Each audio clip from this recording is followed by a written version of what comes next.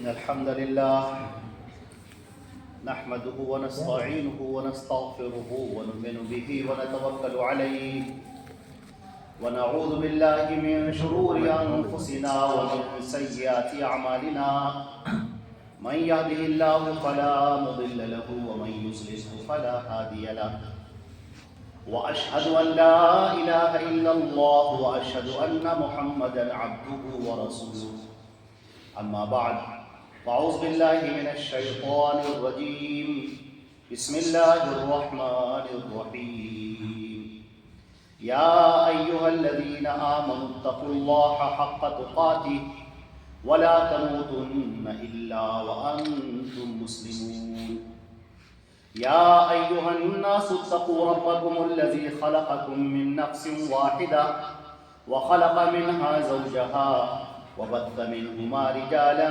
كثيرا ونساء واتقوا الله الذي تساءلون به والأرحام إن الله كان عليكم رقيبا يا أيها الذين آمنوا اتقوا الله وقولوا قولا سديدا يصلح لكم أعمالكم ويغفر لكم ذنوبكم ومن يطع الله ورسوله فقد فاز فوزا عظيما وقال رسولنا محمد صلى الله عليه وسلم النكاح من سنتي وقال صلى الله عليه وسلم من رغب عن سنتي فليس مني.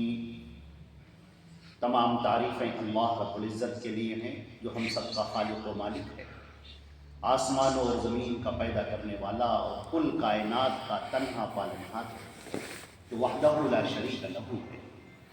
اللہ کی حمد و ثنا کے بعد درود اور سلام کو آخری پیغمبر خاتم النبیین سید الاولین والآخرین محمد ابن عبداللہ الامین صلی اللہ علیہ وسلم پر اور آپ کے تمام صحابہ کرام اور صحابیات پر اور تمام مومنین اور مومنات پر۔ حضرات گرامی، یہ جو نکاح کی محفل ہے انتہائی مبارک محفل ہے۔ آپ حضرات اس سے پہلے بے شمار نکاحوں میں شریک ہوئے ہوں گے، لیکن آپ نے یہ جو محفل دیکھی ہے انتہائی سادگی کے ساتھ ہے، کوئی تماشا نہیں ہے، کوئی فضولیات نہیں ہیں۔ حقیقت میں اللہ کے نبی صلی اللہ علیہ وسلم کا بتایا ہوا یہی طریقہ ہے۔ ہمارے نبی صلی اللہ علیہ وسلم کا طریقہ تھا کہ جب کوئی نکاح کی محفل ہوتی تھی تو آپ قرآن پاک کی 3 آیات پڑھا کرتے تھے اور کچھ نصیحت فرمایا کرتے تھے۔ تو قرآن پاک کی وہ 3 آیات جو ہمارے نبی صلی اللہ علیہ وسلم جس کا انتخاب فرماتے تھے، وہ آیات یہ ہیں۔ ایک جس میں سے سب سے پہلے پڑھی گئی، یا ایھا الذین آمنوا اتقوا اللہ حق تقاتہ، اے ایمان والو اللہ سے ڈرو جیسا کہ ڈرنے کا حق ہے، ولا تموتن الا وانتم مسلمون، اور تمہاری جب موت آئے تو حالت ایمان پر موت آئے۔ آپ غور کر کے دیکھیں کہ ہمارے نبی صلی اللہ علیہ وسلم تمام مومنین کو سب سے پہلے جس چیز کی طرف توجہ دلا رہے ہیں وہ یہ کہ اے تمام کے تمام مسلمانوں اپنے اللہ کو ہمیشہ یاد رکھو۔ وہ اللہ جو ہمارا خالق ہے، ہمارا مالک ہے، جس نے ہم سب کو اس دنیا میں بھیجا ہے اور ایک تھوڑی مدت تک کے لیے بھیجا ہے۔ اور اللہ نے کیوں بھیجا ہے؟ اللہ رب العزت نے فرمایا وما خلقت الجن والانس الا لیعبدون، ہم نے انسانوں کو اور جناتوں کو اپنی عبادت کے لیے پیدا کیا ہے۔ اور اللہ رب العزت نے یہ بھی فرمایا الذی خلق الموت والحیات لیبلوکم ایکم احسن عملا، جس نے یہ زندگی اور موت رکھی ہے، اس دنیا کے اندر زندگی دی پھر موت رکھی ہے، اور یہ اس لیے ہے تاکہ دیکھے تم میں سے کون اچھا عمل کرتا ہے۔ اللہ رب العزت نے ارشاد فرمایا فَمَن يَعْمَلْ مِثْقَالَ ذَرَّةٍ خَيْرًا يَرَهُ وَمَن يَعْمَلْ مِثْقَالَ ذَرَّةٍ شَرًّا يَرَهُ، جو ایک رائی کے دانے کے برابر بھی نیک کام کرے گا اللہ کے ہاں اس کا بدلہ اس کو ملے گا، اور اگر ایک رائی کے دانے کے برابر بھی گناہ کرے گا، غلط کام کرے گا، تو اس کا بدلہ اسے اللہ کے ہاں ملے گا۔ اللہ رب العزت نے یہ بھی ارشاد فرمایا وَكُلُّهُمْ آتِيهِ يَوْمَ الْقِيَامَةِ فَرْدًا، کل قیامت کے دن ہر آدمی تنہا اللہ کے سامنے کھڑا ہوگا اور اپنا حساب دے رہا ہوگا۔ چنانچہ ہمارے نبی صلی اللہ علیہ وسلم فرماتے ہیں کہ اللہ سے ڈرو، اللہ کا تقوی اختیار کرو۔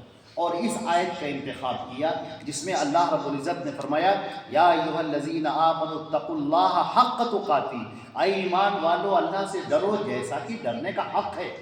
ایسا نہ ہو کہ تمہاری باتیں صرف زبانی باتیں ہوں اور ایمان دل میں اترا ہوا نہ ہو، بلکہ تم جان لو اور مان لو اور یقین رکھو اور اللہ پر اٹوٹ بھروسہ رکھو، توکل رکھو اللہ کی ذات پر کہ اللہ نے تمہیں پیدا کیا ہے، اللہ نے تمہیں اس دنیا میں بھیجا ہے، ایک مقصد کے تحت بھیجا ہے کہ تم اس دنیا کے اندر نیک کام کرو۔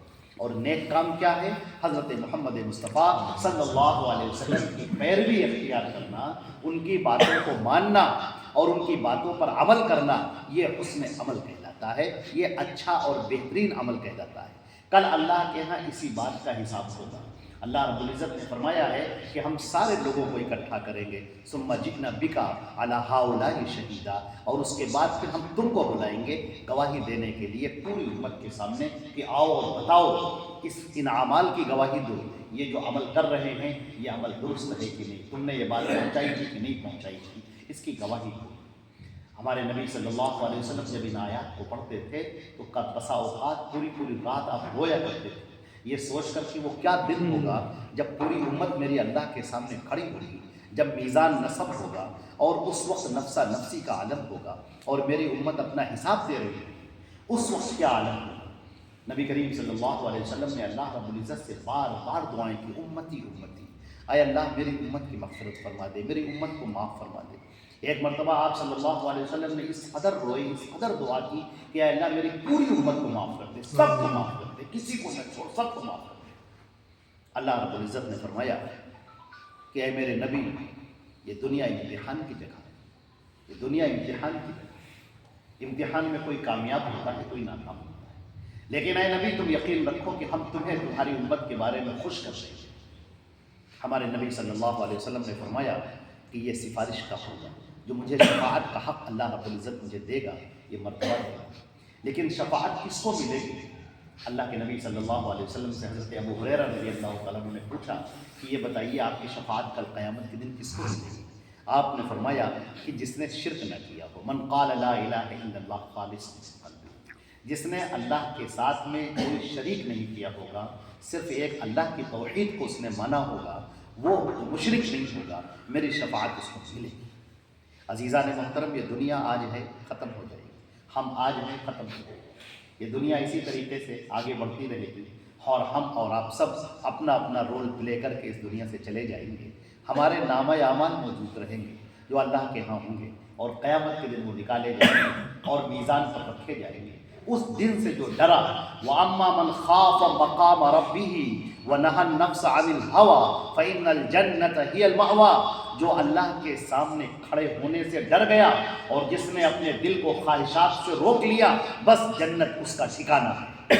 اس دنیا کے اندر ہمیں کنٹرول رکھنا ہے، قابو رکھنا ہے، اپنی آنکھوں پر، اپنے کانوں پر، اپنی زبان پر، اپنے ہاتھ اور پیروں پر، اپنے دماغ پر قابو رکھنا ہے، اپنے دل پر کنٹرول رکھنا ہے۔ جو اس پر قابو پا گیا اور جس نے اپنے آپ کو اللہ کے رسول حضرت محمد مصطفیٰ صلی اللہ علیہ وسلم کے حکموں کے تابع کر لیا، وہ انسان کامیاب ہو گیا۔ عزیزان محترم، ہمارے نبی صلی اللہ علیہ وسلم نے جو آیت پڑھی، اس آیت کا جو آخری ٹکڑا ہے وہ یہ ہے وَلَا تَمُوتُنَّ إِلَّا وَأَنْتُمْ مُسْلِمُونَ، تمہاری موت جب آئے تو حالت ایمان پر موت ہونی چاہیے۔ ایمان اتنی بڑی شے ہے کہ یہی بنیاد ہے کامیاب ہونا۔ دنیا میں بس دو ہی طرح کے لوگ ہیں اور تیسرا کوئی نہیں، دو طرح کے لوگ، یا تو کامیاب یا تو ناکام۔ اللہ نے فرمایا فریق فی الجنت و فریق فی السعیر، کچھ لوگ وہ ہوں گے جن کے لیے جنت کا فیصلہ کیا جائے گا اور کچھ لوگ وہ ہوں گے جن کے لیے جہنم کا فیصلہ کیا جائے گا۔ بس جو جنت پہ جانے والے ہیں وہ کامیاب ہیں، جو جہنم میں جانے والے ہیں وہ ناکام۔ عزیزان محترم، ہم کو اور آپ کو اس بات کا خیال رکھنا ہے کہ ہم اپنے ایمان پر زندہ رہیں، اپنے اللہ کی توحید کو اختیار کرتے رہیں، اپنے نبی حضرت محمد مصطفیٰ صلی اللہ علیہ وسلم کی پیروی اختیار کرتے رہیں۔ یہ ہماری کامیابی کا سرچشمہ ہے اور یہی ہماری کامیابی کا زینہ ہے اور اسی پر ہماری موت ہونی چاہیے۔ دوسری آیت جو ہمارے پیارے رسول حضرت محمد مصطفیٰ صلی اللہ علیہ وسلم پڑھتے تھے وہ سورہ النساء کی پہلی آیت ہے، یا ایھا الناس اتقوا ربکم الذی خلقکم من نفس واحدہ، اے تمام کے تمام لوگوں اس ایک اللہ سے ڈرو جس نے تمام لوگوں کو ایک مرد اور ایک عورت سے پیدا کیا۔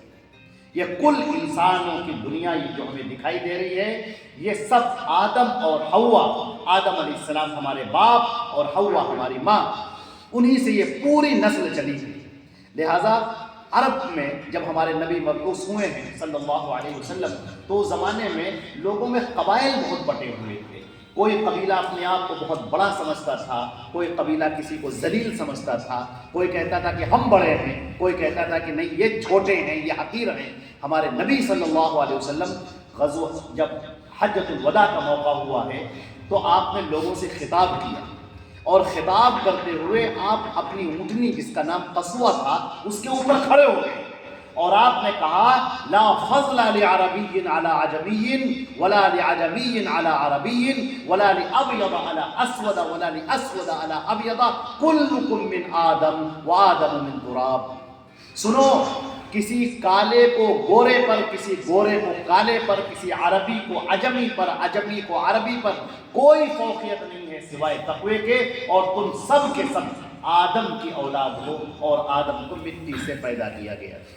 لہذا کس بات پر غرور کرنا، کس بات پر گھمنڈ کرنا، دولت پر گھمنڈ، خوبصورتی پر گھمنڈ، لاؤ لشکر پر گھمنڈ، مکانوں پر گھمنڈ، جائیداد پر گھمنڈ، یہ تو سب ختم ہو جانے والے ہیں، یہ چیز باقی رہنے والی نہیں ہے۔ والباقیات الصالحات، جو باقی رہنے والی چیزیں ہیں وہ ہمارا ایمان ہے، نیک اعمال ہیں جو اللہ رب العزت کے ہاں جانے والے ہیں، اور وہ نیک اعمال کرنے والے ہیں اور اللہ کے ہاں حساب دینا ہے۔ چنانچہ سارے کے سارے انسان برابر ہیں۔ آج بدقسمتی سے مسلمانوں کے ہاں بھی یہ ایک رواج آ گیا کہ فلاں بڑا ہے فلاں چھوٹا ہے، نہیں، ہمارے نبی نے فرمایا کہ الا بالتقوی، جو تقوی والا ہے، جس کے اندر اللہ اور رسول کا خوف زیادہ ہے، جو اللہ اور رسول کی اطاعت کرنے والا ہے، ان کی بات ماننے والا ہے، بس وہ سب سے بڑا ہے۔ جو جتنا زیادہ اسلام پر عمل کرنے والا، دین پر عمل کرنے والا ہے، وہ اتنا ہی بڑا ہے۔ باقی رنگ کی بنیاد پر، نسل کی بنیاد پر، قبیلے کی بنیاد پر، خاندان کی بنیاد پر، خون کی بنیاد پر، علاقے کی بنیاد پر کوئی بڑا اور چھوٹا نہیں، سب کے سب برابر ہیں۔ اور ایک اور بات فرمایا واتقوا اللہ الذی تساءلون بہ والارحام، اس اللہ سے ڈرو جس کے نام پر تم یہ رشتہ کرنے جا رہے ہو۔ اللہ کا نام لیا ہے تم نے، اللہ کے نام کے ساتھ میں دو خاندان آپس میں جوڑنے جا رہے ہیں۔ اللہ کے نام لینے کے بعد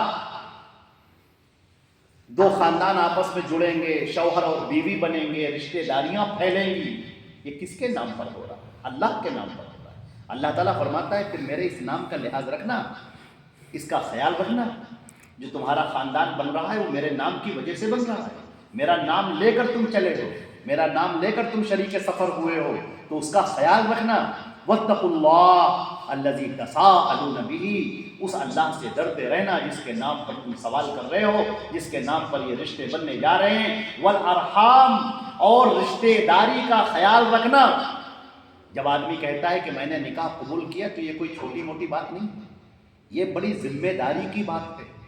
یہاں تک کہ ہمارے نبی صلی اللہ علیہ وسلم نے فرمایا کہ جس نے نکاح کر لیا اس نے اپنا آدھا ایمان مکمل کر لیا۔ آدمی نے نکاح کر لیا، اس کا ایمان ابھی جب تک شادی نہیں کی اس کا ایمان آدھا ہے، اور جب اس نے شادی کر لی تو اس کا ایمان مکمل ہو گیا۔ تو ہمارے محدثین نے لکھا ہے کہ اللہ کے نبی نے یہ بات جو ارشاد فرمائی اس کے پیچھے ذمہ داریاں۔ ایک لڑکی جب آتی ہے، نئے گھر میں آتی ہے، اس کا مزاج الگ ہے، اس کا خاندان الگ ہے، اس کے یہاں کا طور طریقہ الگ ہے۔ اب وہ آپ کے یہاں آ رہی ہے، ظاہر سی بات ہے کہ سب کو چھوڑ کر آ رہی ہے۔ اگر آپ یہ سوچیں کہ سب ایک دم سے بدل جائے تو ایک دم سے تو نہیں بدلتا، ایک دم سے کوئی چیز نہیں بدلتی۔ ہمارے آپ کے ہاتھ کی انگلیاں بھی ایک دوسرے سے میچ نہیں کرتی، ہمارے آپ کی آنکھوں کی پتلیاں بھی ایک دوسرے سے میچ نہیں کرتی، ہمارے آپ کے چہرے بھی ایک دوسرے سے میچ نہیں کرتے۔ اسی طریقے سے لوگوں کے ذہن الگ الگ ہوتے ہیں۔ وہ جو بچی آ رہی ہے اس کا ذہن ایک الگ ذہن ہے، آپ کا ذہن ایک خاص ماحول میں پلا ہے، وہ ایک الگ ذہن ہے۔ اگر آپ چاہیں کہ اس کو اپنے فرما بردار بنا کر رکھیں اور اس طور پر رکھیں کہ گویا آپ ایک باس ہیں اور وہ آپ کے امپلائی ہے، ملازم ہے، تو یہ طریقہ آپ کا انتہائی غلط ہے۔ یہاں کوئی باس اور امپلائی نہیں ہے، یہاں کوئی آقا اور اس کا نوکر نہیں ہے۔ آپ یاد رکھیں کہ یہ شوہر اور بیوی ہیں، ان کو شریک سفر کہا جاتا ہے، یہ شریک حیات کہلاتی ہیں، اور اس میں ہمارے نبی صلی اللہ علیہ وسلم کی جو ہدایات موجود ہیں اس میں دو الگ الگ ہدایات ہیں، کچھ شوہر کے لیے ہیں اور کچھ بیوی کے لیے ہیں۔ اب تفصیل تو ہم نہیں بتائیں گے، لیکن ایک ایک روایت آپ کو پڑھ کر سناتے ہیں۔ ہمارے نبی صلی اللہ علیہ وسلم نے مردوں سے پہلے خطاب کیا، جو شوہر ہیں، جو شوہر ہیں یا جو شوہر بننے والے ہیں، ان سے خطاب کیا اور فرمایا استوصوا بالنساء خیرا، مجھ سے وصیت لے لو کہ عورتوں کے ساتھ اچھا سلوک کرو گے، اچھا برتاؤ کرو گے۔ اور آپ نے فرمایا کہ سنو، یہ عورت ٹیڑھی پسلی سے پیدا ہوئی ہے، اگر تم اس کو سیدھے کرنے بیٹھو گے تو یہ پسلی ٹوٹ جائے گی، لیکن یہ سیدھی نہیں ہو پائے گی۔ اس کا مطلب کیا ہے کہ عورت جو تمہارے پاس آئی ہے، اس کا خیال، اس کا فکر، اس کا طریقہ اگر آپ کو اس میں تبدیلی لانی ہے تو یہ محبت کے ذریعے سے ممکن ہو سکتا ہے۔ پیار سے، محبت سے، سمجھا کر، بجھا کر، اچھے طریقے سے آپ دونوں ایک دوسرے کے انڈرسٹینڈنگ کے ساتھ زندگی گزار سکتے ہیں۔ اور جب بیوی چاہے کہ شوہر میری باتیں مانے اور شوہر چاہے کہ بیوی میری باتیں مانے، تو پھر آپس میں کلیش پیدا ہوتا ہے، ایک ٹکراؤ پیدا ہوتا ہے، اور پھر نوبت وہاں طلاق تک آ جاتی ہے اور رشتے ٹوٹنے تک نوبت آ جاتی ہے۔ آپ نے فرمایا وَكَسْرُهَا طلاق ہوا، اور اس کا توڑ دینا طلاق کا دے دینا ہے۔ لہذا اس بات کا خیال رکھیں کہ شیطان مردود آپ کے ذہن کے اندر وسوسے ڈالتا رہے گا، بیوی کو شوہر سے، شوہر کو بیوی سے دور کرنے کی کوشش کرے گا۔ ہمارے نبی نے فرمایا کہ رفقا بالقواریر، شیشے کی طرح جیسے شیشہ نازک ہوتا ہے ویسے ان عورتوں کا دل نازک ہوتا ہے۔ کوئی ایسی بات نہ کہو کہ اس شیشے پر کوئی بال پڑ جائے، یہ شیشہ ٹوٹ جائے، اس کو تکلیف پہنچے، ایسی کوئی حرکت نہ کرو۔ اپنے ہاتھوں سے، اپنے پیروں سے، اپنی زبان سے کوئی ایسی تکلیف دہ بات نہ کرو کہ عورت کا دل ٹوٹے۔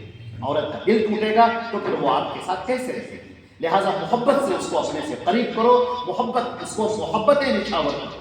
اور عورت کے لیے تو میرے نبی صلی اللہ علیہ وسلم نے جو ہدایت فرمائی ہے وہ آخری درجے کی ہے۔ آپ نے فرمایا کہ سنو، اگر میں کسی کو سجدہ کرنے کا حکم دیتا تو عورتوں کو حکم دیتا کہ وہ اپنے شوہر کو سجدہ کریں۔ اتنی بڑی بات اللہ، آپ سب جانتے ہیں، سارے لوگ جانتے ہیں، اللہ کے علاوہ سجدہ کرنا کسی کے لیے روا نہیں ہے، جائز نہیں ہے، اسلام میں حرام ہے، اللہ کے علاوہ آپ کسی کو سجدہ کر نہیں سکتے۔ لیکن اللہ کے نبی صلی اللہ علیہ وسلم نے یہ انتہا درجے کی بات کہہ دی کہ اگر میں کسی کو سجدہ کرنے کا حکم دیتا تو بیوی کو حکم دیتا کہ وہ شوہر کو سجدہ کرے۔ آپ صلی اللہ علیہ وسلم نے فرمایا کہ وہ خاتون جو 5 وقت کی نماز پڑھتی ہو، رمضان کے روزے رکھتی ہو، اپنے شوہر کی اطاعت کرتی ہو، وہ جنت کے 8 دروازوں میں سے جس میں چاہے داخل ہو جائے۔ مردوں کے لیے تو بڑی ذمہ داریاں ہیں، لیکن عورتوں کے لیے ایک بات کہ جب آپ نے نکاح قبول کیا ہے تو پھر اس بات کا خیال رکھیں کہ شوہر کی اطاعت کرنا، شوہر کی بات ماننا، شوہر کو خوش کرنا، یہ آپ کی ذمہ داری ہے۔ نبی کریم صلی اللہ علیہ وسلم نے فرمایا کہ جانتے ہو سب سے بہتر عورت کون سی ہے، سب سے عمدہ عورت کون سی ہے؟ آپ نے فرمایا کہ سنو، جب اس کا شوہر گھر میں داخل ہو تو اس کو دیکھ کر خوش ہو جائے، اور جب اس کے پاس امانت رکھے تو اس امانت کی وہ حفاظت کرے۔ اس کے پیسوں کی حفاظت کرنا، اپنے جسم کی حفاظت کرنا، یہ ایک عورت کی ذمہ داری ہے۔ وہ غیر مردوں کے سامنے اس کو ظاہر نہ کرے، اپنے حسن کو اور اپنی پازیب کی آواز کو اور اپنی خوشبو کو وہ غیروں کے سامنے ظاہر نہ کرے، بلکہ اپنے شوہر کے لیے وفادار رہے، شوہر سے محبت کرنے والی رہے۔ تو ہمارے نبی نے فرمایا کہ اگر 5 وقت کی وہ نماز پڑھتی ہے، رمضان کے روزے رکھتی ہے، شوہر کی اطاعت کرتی ہے، تو جنت کے 8 دروازوں میں سے جس میں چاہے داخل۔ عزیزان محترم، رشتہ داری کے بارے میں ہمارے نبی صلی اللہ علیہ وسلم نے ایک بات ارشاد فرمائی ہے، جو یہ چاہتا ہے کہ اس کی عمر میں برکت دی جائے اور اس کے رزق میں خوب کشادگی پیدا کر دی جائے، اس کو چاہیے کہ رشتہ داری کا خیال رکھے۔ جو اللہ نے رشتے بنائے ہیں، یہ رشتے ہم نے نہیں بنائے، ہم تو پیدا ہوئے ہیں، کوئی ہمارا باپ ہے، کوئی ماں ہے، کوئی بھائی ہے، بہن ہے، پھر ہمارے چچا ہیں، چچی ہیں، پھوپھا ہیں، پورے رشتے پھیلے ہوئے ہیں۔ اور اب نکاح کرنے کے بعد اور رشتے ہو گئے، ساس ہیں، سسر ہیں، نند ہیں، بہت سارے رشتے ہیں۔ ان رشتے داری کا خیال رکھنا، ان کے کام آنا، ان کی ضرورتیں پوری کرنا، وقت پر ان کے لیے کھڑے ہونا، یہ آپس میں مل جل کر محبت سے رہنا، یہ ایک بڑی کامیابی ہے۔ اور جو ان رشتہ داری کا خیال کرے گا، اللہ کے نبی صلی اللہ علیہ وسلم کی بشارتیں، ان کی دعائیں ایسے مرد کو، ایسے شخص کو، عورت کو یا مرد اس کو حاصل ہے۔ اللہ رب العزت ہم کو اور آپ کو عمل کرنے کی توفیق عطا فرمائے۔ اسی طریقے سے اللہ نے فرمایا ہے ان اللہ کان علیکم رقیبا، تم آپس میں جو بھی برتاؤ کر رہے ہو، جو بھی طور طریقہ اختیار کیے ہوئے ہو، اللہ اس کو دیکھ رہا ہے۔ اور جب اللہ اس کو دیکھ، اللہ اس کا نگراں ہے، لہٰذا کوئی باتیں دھوکے دہی میں نہ کرو، کسی کے ساتھ فراڈ نہ کرو، کسی کے ساتھ دھوکہ نہ دو، چغلیاں مت کرو، غیبتیں مت کرو، لگائی بجھائی مت کرو، ادھر کی بات ادھر پہنچانا، ادھر کی بات ادھر پہنچانا، دوستی میں دراڑیں ڈالنا، خاندان والوں کو توڑ دینا، ایک شخص کو دوسرے سے جدا کر دینا، ایسی حرکتیں نہ کرو۔ اللہ فرماتا ہے میں دیکھ رہا ہوں، اور میں دیکھ رہا ہوں، اور اس کی سزا پھر میں دوں گا۔ اللہ رب العزت ہم کو اور آپ کو بچائے بہترین زندگی اختیار کرنا۔ ایک جو تیسری آیت ہے جو ہمارے نبی صلی اللہ علیہ وسلم پڑھتے تھے، وہ آیت یہ ہے، یا ایھا الذین آمنوا اتقوا اللہ وقولوا قولا سدیدا، اے ایمان والو اللہ سے ڈرو اور سچی پکی بات کیا کرو، سچی پکی بات کرو، حق بولو، سچ بولو۔ جب بھی بات کرنے کا موقع آئے غلط کا ساتھ مت دو، جھوٹ کا ساتھ مت دو، غلط لوگوں کا ساتھ مت دو۔ جب تمہیں انصاف کرنے کا موقع آئے، بات کرنے کا موقع آئے، تو کسی کا چہرہ مت دیکھو، یہ مت دیکھو کہ یہ میرے والد ہیں، یہ بھائی ہیں، یہ دوست ہیں، یہ رشتہ دار ہیں، ان کے ساتھ ہم بیٹھتے ہیں، چائے پیتے ہیں، ان کے ساتھ ہم بیٹھتے ہیں، گپیں لڑاتے ہیں، اور انہی کے خلاف ہم بولیں۔ نہیں، حق بات کا ساتھ، بات وہ کہو جو اللہ کو پسند، اس کے رسول کو پسند۔ ظلم کا ساتھ مت دو، ناحق کا ساتھ مت دو، انصاف کا ساتھ دو، حق کا ساتھ دو، وہ جدھر بھی ہو، وہ تمہارے طرف ہو یا تمہارے غیر کی طرف ہو، لیکن جدھر حق ہو ادھر بات۔ اور جس نے اللہ کی اور اس کے رسول کی اطاعت کر دی فقد فاز فوزا عظیما، اس نے بہت بڑی کامیابی حاصل کر لی۔ نبی کے پیچھے چلنے میں کامیابی ہے، نبی کا طریقہ اختیار کرنے میں کامیابی ہے۔ نبی کا جو طریقہ اختیار کرتا ہے اس پر اللہ کی رحمتیں برستی ہیں، صبح و شام برستی ہیں، وہ اللہ کی رحمتوں کے سائے میں ہوتا ہے۔ اللہ کے نبی صلی اللہ علیہ وسلم نے فرمایا النکاح من سنتی، یہ جو نکاح ہے یہ میری سنت ہے، انبیاء کی سنت ہے، میری سنت ہے۔ سنت کیا ہوتی ہے؟ سنت عبادت ہوتی ہے، اس پر ثواب ملتا ہے۔ لہذا یہ نکاح ہے، اس کو خرافات کا ذریعہ نہ بناؤ، اس کو تماشوں کا ذریعہ نہ بناؤ، اس کو پومپ اینڈ شو کا ذریعہ نہ بناؤ، اس کو اپنی برتری دکھانے کا ذریعہ نہ بناؤ، اس کو اپنی شان و شوکت کے اظہار کا ذریعہ نہ بناؤ۔ یہ سنت ہے، عبادت ہے، یہ اس میں نبی کے طور طریقے کی پابندی ہونی چاہیے۔ میرے نبی نے جو فرمائی وہ ہے۔ نکاح میں ایک سب سے اہم بات یہ ہوتی ہے کہ ولی راضی ہے۔ ولی لڑکی کا باپ ہے، لڑکی کا بھائی ہے، چچا ہے، ماموں ہے، یہ ضروری ہے۔ آپ نے فرمایا لا نکاح الا بولی، اگر ولی نہیں تو پھر نکاح نہیں ہے۔ اسی طریقے سے مہر ضروری ہے۔ ہمارے یہاں ملک ہندوستان میں ایک رواج پھیلا ہے کہ شادی بیاہ کے موقع پر لوگ مہر لکھا دیتے ہیں، بسا اوقات بہت زیادہ مہر لکھا دیتے ہیں، سرخ دینار مہر میں لکھا دیتے ہیں، لیکن نیت ان کی دینے کی نہیں ہوتی، اس لیے کہ وہ سمجھتے ہی نہیں ہیں کہ مہر کو دینا بھی ضروری ہے۔ میرے عزیزو، مہر کیا ہے؟ ہمارے نبی صلی اللہ علیہ وسلم بسا اوقات مہر کو نکاح کی محفل میں رکھوا لیتے تھے۔ آپ نے فرمایا کیا ہے تمہارے پاس دینے کے لیے؟ کہا فلاں، کہا لے کر آؤ، یہاں لاؤ، دکھاؤ مجھے، یہ مہر دینا ہے، یہ قرضہ ہے، یہ مہر کا دینا ضروری ہے، یہ لازم ہے۔ ہاں یہ ہو سکتا ہے آپ کے پاس ابھی نہ ہو تو آپ اس سے بات کر لیں کہ ہم آپ کو بعد میں دے دیں گے، لیکن دینا ہے، مہر دینا۔ مہر میں کوئی مقدار متعین نہیں ہے۔ یہاں تک کہ ایک صحابی تھے، انہوں نے کہا اللہ کے رسول میرے پاس کچھ ہی نہیں۔ آپ نے کہا کچھ تو ہوگا، کہا تھوڑا ستو رکھا ہے میرے پاس میں۔ آپ نے کہا ستو کو مہر بنا، لیکن یہ اجازت نہیں ہے کہ بغیر مہر کی شادی ہو جائے۔ تو میرے عزیزو، ہمارے جن لوگوں نے ابھی تک اپنا مہر نہیں دیا ہے وہ اس کی ذمہ داری لیں کہ وہ اپنا مہر پہلی فرصت میں ادا کریں، اور جو نکاح ہو اس میں مہر کی ادائیگی لازمی ہے، ضروری ہے۔ آپ نے فرمایا من رغب عن سنتی فلیس منی، جو میری سنت سے اپنا منہ پھیر لے وہ ہم میں سے نہیں ہے۔ اس کو ہم ایک جملے میں کہتے ہیں مسلمان وہ ہے جو محمد رسول اللہ صلی اللہ علیہ وسلم کی بات ماننے والا ہو، ان کی اطاعت کرنے والا ہو۔ اللہ رب العزت ہم کو اور آپ کو عمل کرنے کی توفیق۔ آمین۔